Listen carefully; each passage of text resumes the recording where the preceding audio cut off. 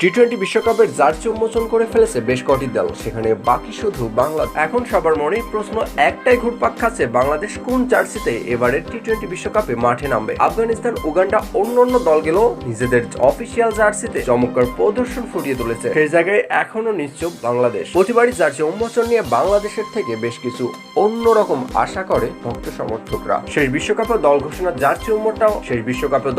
Jersey উন্মোচনটাও বেশ জাঁকজমকই ছিল। এবারে বিশ্বকাপে বাড়তি অন্য কিছু আছে কিনা এমন সব প্রশ্নের ঘুরপাক খাচ্ছিল ভক্তদের মনে। সেই সময় বেশ কয়েকটি দল নিজেদের অফিসিয়াল জার্সি ইতিমধ্যেই উন্মোচন করে ফেলেছে। অন্য দলগুলো যখন জার্সি উন্মোচন শেষ, তখন বিসিবির ভাবনার কথা জানিয়েছে টিম ম্যানেজমেন্ট। জার্সি উন্মোচনের বক্তব্যে বিসিবি বলেন, দারুণ কিছু করার সম্ভাবনা থাকলেও, ইচ্ছা থাকলেও সেটি পুরো করা হয়নি, কেননা জিম্বাবুয়ে সিরিজে বেশ কিছু প্রতিকূলতার জন্য এটি আর করা হয়ে ওঠেনি। তবে বোর্ড যে অন্য কিছু ভেবে রেখেছে তা ইতিমধ্যে প্রকাশ করে দিয়েছে ক্রিকেট বোর্ডের ম্যানেজমেন্ট চেয়ারম্যান জালাল ইউনুস। তা ইতিমধ্যে তিনি সেটি খোলাসা করে দিয়েছে। তবে বাংলাদেশের যে কালচার রয়েছে সেটি আধুনিক এবং সাবলীল ভাবেও করা যায়। পদ্মা সেতু থেকে শুরু করে মেট্রো রেলও বেশ সমৃদ্ধ হয়েছে। আধুনিকতার ছোঁয়ায় বদলে গেছে দেশের অনেক কিছুই। সোনারগাঁ থেকে শুরু করে ময়নামতি বেশ কিছু রিসর্ট থাকলেও এখনো সেটা সম্পূর্ণ করেনি বাংলাদেশ।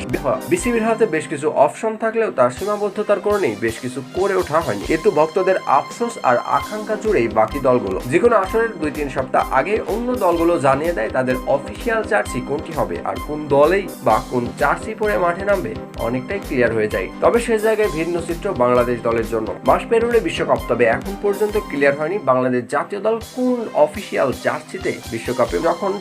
অন্য দলগুলো যখন জার্সি উন্মোচনের কাজ শেষ, তখন বিসিবি ভাবতে শুরু করে সাকিব রিয়াদ শান্তদের গায়ে কোন কালারের জার্সি শোভা পাবে। শুধু কি ভাবনায় সীমাবদ্ধতা নাকি চেষ্টার কমতি, এমন সব প্রশ্ন থেকেই যায়।